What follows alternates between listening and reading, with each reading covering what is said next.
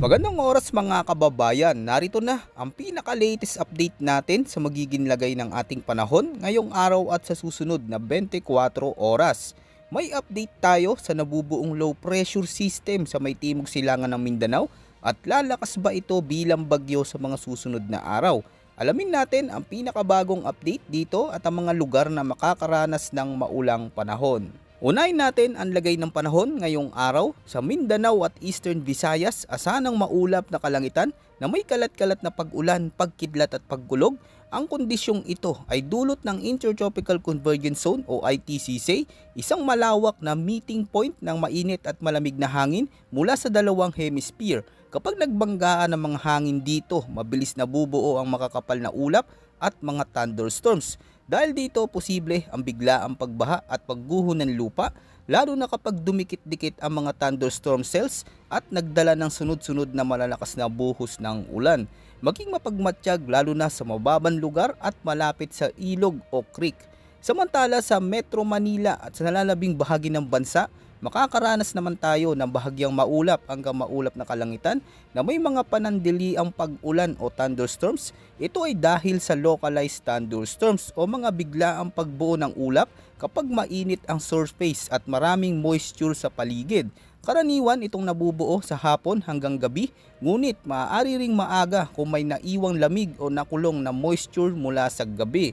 Bagamat madalian lang ang mga ulang ito, kaya nilang magdala ng malalakas na bugso na maaaring magdulot ng flash floods at pagtaas ng tubig sa ilang lugar. Ngayon naman, tignan natin ang lagay ng hangin at kondisyon ng karagatan sa iba't ibang bahagi ng bansa.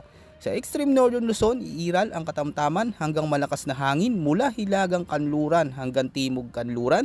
Dahil dito, asahan ng maalon na karagatan na may taas na 2.1 hanggang 3.5 meters. Sa ganitong taas ng alon, delikado para sa maliliit na bangka, lalo na kung may kasabay na biglaang pagbugso ng hangin, kaya iwasan munang pumalaot kung hindi kinakailangan at sundin ang abiso ng Coast Guard. Sa nalalabing bahagi ng Luzon, asahan ng katamtamang hangin mula timog silangan hanggang hilagang silangan na may katamtamang pag-alon sa karagatan na aabot sa 1.2 hanggang 2.1 meters. Bagamat mas kalmado kumpara sa hilaga, maaari pa ring magkaroon ng paminsan-minsang pagtaas ng alon, lalo na kapag may localized na pag-ulan o thunderstorms malapit sa baybayin. At sa natitirang bahagi ng bansa, magiging katamtaman din ang hangin mula silangan hanggang hilagang silangan na may banayad hanggang katamtamang pag-alon na nasa pagitan ng 0.6 hanggang 1.2 meters. Mas ligtas para sa mga maliliit na sasakyang pandagat. Pero tandaan, kahit mababa ang alon, kung may paparating na ulan, bigla ang mga hangin o thunderstorms, pwedeng magbago ang kondisyon ng dagat, kaya laging mag-monitor bago pumalaot. Narito naman ang Tropical Cyclone Threat Forecast na inilabas ng Pag-asa para sa susunod na 2 linggo mula November 12 hanggang November 18. Tandaan na mga ito ay batay sa pinakabagong model forecast at maaari pang magbago habang lumalapit ang sistema. Sa unang linggo, naging aktibo ang bagyong Uwan na nasa northwest section ng Philippine Area of Responsibility at ngayong araw ay tuluyan na itong humina at nalusaw. Ngunit kasunod nito may inaasahang TC-like vortex o TCLV mula sa southeastern boundary ng PAR. Ang TCLV ay parang mini bagyo o isang sirkulasyong maaaring maging sama ng panahon pero mababa ang tsansang maging ganap na bagyo sa unang linggo. Posible itong tumawid sa Northern Mindanao, Visayas, Southern Luzon area kaya aasahan pa rin ng maulap na kalangitan, pag-ulan at ilang malalakas na buhos habang dumaraan ito. Kahit mababa ang posibilidad na maging bagyo, kaya nitong magdala ng malakas na ulan, biglaang pagbaha at pagtaas ng tubig sa mga ilog at creek. Maging alerto lalo na kung nakatira sa mababang lugar o bulubunduking bahagi. Pagdating ng week 2, November 19, sa ikalawang linggo, may dalawang posibleng TCLV ang maaaring mabubuo. Ang TCLV-1 sa western section ng monitoring domain na may mababa pa rin na posibilidad na pagiging tropical cyclone, ngunit maaari itong magdala ng hanging habagat-like effects gaya ng pag-ulan sa kanlurang bahagi ng bansa. Habang ang TCLV-2 sa may eastern boundary ng PAR na maaaring mabuo sa may silangan, mababa rin ang tsansa nitong maging bagyo pero posible itong magpahatid ng maulang panahon sa Eastern Visayas at Bicol region habang umuurong papalapit sa PAR.